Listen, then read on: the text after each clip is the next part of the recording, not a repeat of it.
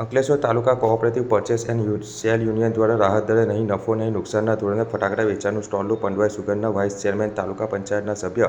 અરવિંદ પટેલના હસ્તે ઉદ્ઘાટન કરી ફટાકડા સ્ટોલને ખુલ્લો મૂકવામાં આવ્યો હતો.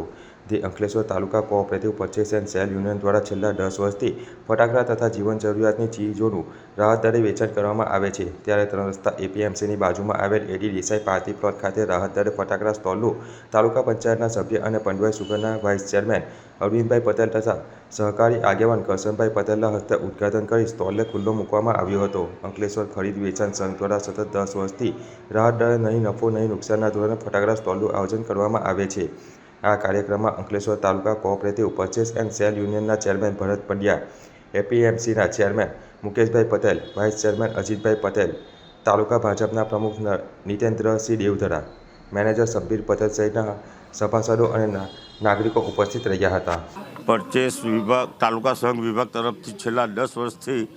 અહીંયા જીન કમ્પાઉન્ડની અંદર રાહત દરે ફટાકડાનું વેચાણ ચાલુ છે અને આજરોજ પણ અહીંયા રાહત દર માટે ફટાકડાનો સ્ટોલ આજથી ઓપન કરવામાં આવ્યો છે, જેથી તમામ અંકલેશ્વરની જનતાને મારી વિનંતી છે કે અહીંયા સસ્તા દરે અને એકદમ નિયત